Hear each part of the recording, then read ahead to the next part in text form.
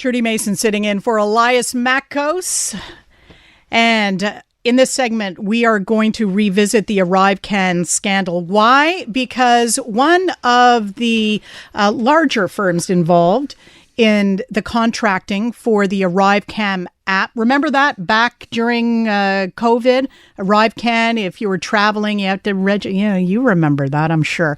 Well, this company caught up in this contracting scandal has decided to sue the federal government for $64 million. The company is called Corridix Technology Consulting. It is accusing the government of defaming it and being negligent in associating it with the scandal, saying that Ottawa gave in to political pressure to create a diversion as it was trying frantically to deal with the allegations of mismanagement of the app and its creation. So here with the latest, we have one of the whistleblowers who first alerted us to what was going on with ArriveCan. He is the co-founder of an AI company called Botler, and he is going to tell us about the latest. Amir Morv, thanks for joining us here in studio at CJ 8800. Thanks for having me. What were your first thought when you heard about the $64 million lawsuit filed against the feds alleging defamation by Corridix? Well, I think the first announcement that Corridix and other contractors involved in the scandal are barred from participating in the procurement system came early in March. So we anticipated that probably the contractors will take legal action. And the reason for our anticipation is because over the past 3.5 years, we've been closely watching the government and how they're essentially investigating the allegations that we brought against these contractors for a different project, not specifically on ArriveCan. And unfortunately, the government did not take the correct steps at the right time. And the announcement, I have to say, I read the statement of claim that Corridix submitted to court, and I saw that one of their allegations is that the government basically reacted to bad press. And for us, I have to say, I have to agree with that because, the first time that we reported that there are mismanagement involving several companies, including this one, came in September 2021. But nothing happened. And then again, we submitted another report in December 2021. Again, nothing happened. And then another report in November 2022. Nothing happened. And again, in May 2023, nothing happened until the scandal kind of exploded into the public sphere, and then the government started slowly taking actions. And so I have to say there are some arguments there for the contractors, but in the meantime, in our case, now it's public knowledge. Unfortunately, fraudulent information was provided in the contracts, and the government accepted those fraudulent information and executed contracts. So I don't know whether this case will be successful or not. I'm not really privy to the details, but I can say that I was anticipating an action. Well, I guess we have to put it into context that the contractors, including Corridix, saw many contracts that they had ongoing contracts with the government suspended all of a sudden. So from a business perspective, you can understand why a company might say,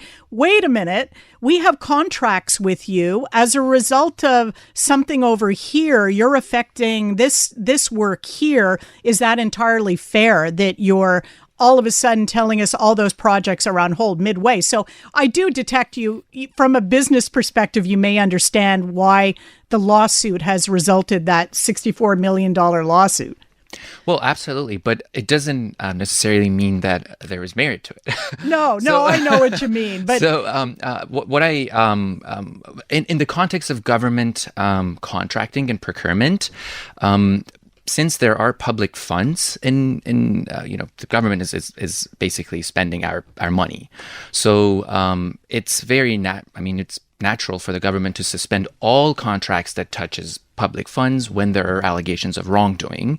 So I don't think the government in this case necessarily made the wrong decision to, for example, suspend until investigations are completed. They have all the rights to do that because most of these contracts that now I think the lost profit for them are 64 million. I think all of them, they're all about public funds.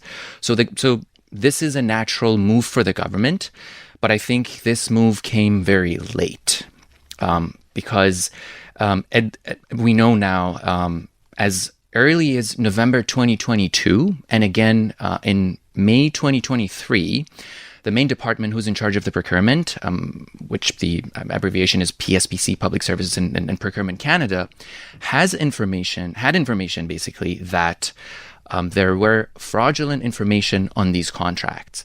So the normal way of proceeding with this information is to start an investigation swiftly, right away. Start an investigation, potentially suspend contracts until the government can get to the bottom of it. But they didn't. They waited until the scandal grew and public, I think everybody became very angry at seeing how everything is being managed. And then all of a sudden, in March, they decided to terminate everything. I think they suspended first and then they decided to terminate. So I think that's the argument that this company is now trying to push. Now, this is, being a whistleblower is not what you set out to do when you founded your company. This was not your area of expertise. It was something that you came upon. It was kind of in the course of doing business with the government, you and your co-founder kind of noted the irregularities and raised the flag to the government.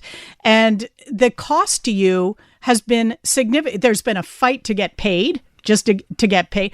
Update us on that, because you've become almost crusaders for taxpayers keeping tabs on this situation and similar contracting situations. Well, our mandate with the CBSA was help them fight misconduct.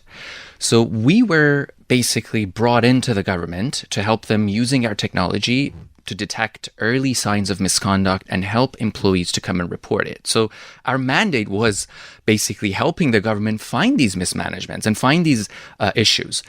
But the problem was when we did our job and when we reported these problems to the government privately without as a professional company, our job was to report.